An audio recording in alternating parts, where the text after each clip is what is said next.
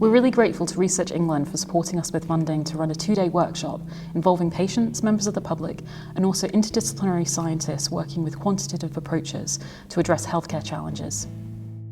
We recognise that allyship between scientists, medical professionals, and the general public can be really influential in amplifying each other's voices. This is important so that decision makers better understand both patient perspectives, but also how research can make a difference.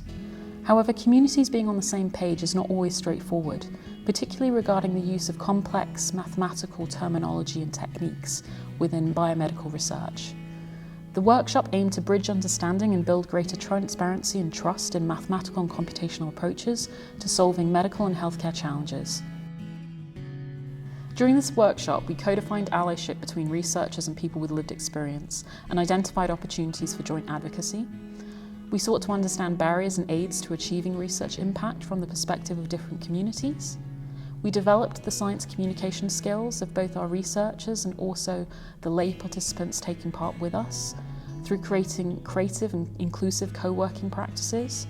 We supported greater understanding and transparency of mathematical and computational approaches through co-creation of lay resources that we intend to share and reuse. And ultimately, we built confidence in contributing to patient involvement and public engagement within mathematical and computational research, both within our researchers and also those members of the public working with us.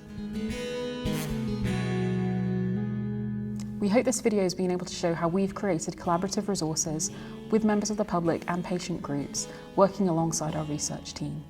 Our intention now is to use these resources to continue to engage others with the work that we're doing at the Centre for Systems Modelling and Quantitative Biomedicine at the University of Birmingham.